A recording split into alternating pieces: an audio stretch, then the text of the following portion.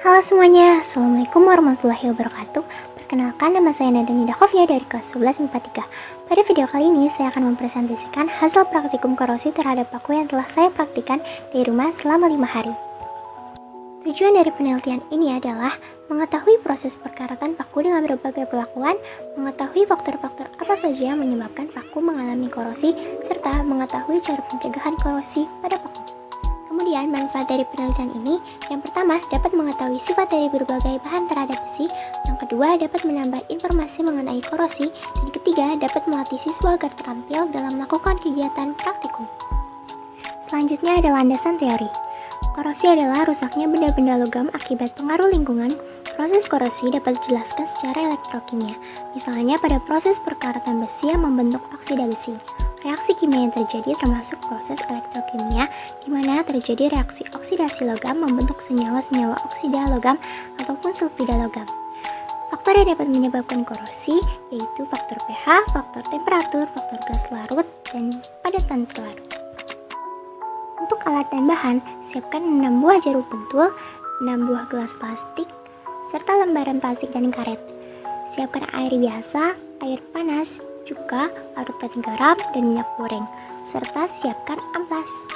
Langkah-langkah kerjanya: amplas paku atau jarum pentul, tempatkan paku atau jarum pentul tersebut ke dalam gelas ABCDEF, lalu isi gelas tersebut dengan air biasa, air panas, cuka, larutan garam, dan minyak goreng secara berurut, sementara gelas F tidak diisikan oleh apapun. Jangan lupa tutup ke-6 gelas dengan lembaran plastik yang sudah dipotong-potong.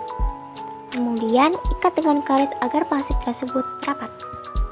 Hasil dari pengamatan saya, pada gelas A yang berisikan air biasa, di hari pertama jarum pentul belum berkarat. Hari selanjutnya, jarum pentul mulai sedikit berkarat. Pada hari ketiga, masih dalam keadaan sedikit berkarat. Selanjutnya, hari keempat dan kelima, jarum pentul mulai agak berkarat. Pada gelas B yang berisikan air panas, hari pertama, jarum pentul belum berkarat. Hari esoknya, jarum pentul mulai agak berkarat. Pada hari ketiga, jarum pentul masih agak berkarat. Pada hari keempat dan kelima, jarum pentul sudah banyak berkarat. Sementara, pada gelas C, D, E, dan F yang berisikan cuka, larutan garam, minyak goreng, dan tidak diisikan oleh apapun, jarum pentul tidak mengalami korosi. Jadi hasil pengamatan saya selama 5 hari, bahwa pada gelas plastik berisi cuka, larutan garam, minyak goreng, dan gelas yang tidak diisi apapun, jarum pentul tidak terjadi korosi sedikit pun. Sedangkan jarum pentul pada gelas plastik yang berisi air biasa dan air panas mengalami korosi. Namun, jarum pentul yang terdapat pada gelas plastik yang berisi larutan garam seharusnya juga mengalami korosi.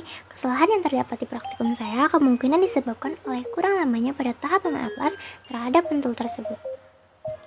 Dari hasil praktikum dan pembahasan dapat disimpulkan bahwa jarum pentul yang mengalami korosi terjadi pada pentul yang berada di gelas plastik yang berisi air biasa dan air panas serta pada larutan garam.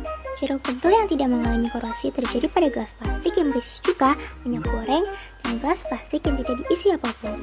Hal ini disebabkan karena tidak adanya kontak langsung antara oksigen dengan air. Saran saya, seharusnya penting juga dalam memerhatikan pada pengaplasan terhadap jarum pentul. Selain itu, menurut saya lebih baik memakai paku daripada jarum pentul untuk percobaan praktikum. Karena jika kita memakai paku, maka korosi yang ditimbulkan kemungkinan akan lebih jelas. Hal itulah yang menjadi salah satu faktor keberhasilan hasil praktikum. Sekian dari saya, kurang-kurangnya mohon maaf. Wassalamualaikum warahmatullahi wabarakatuh.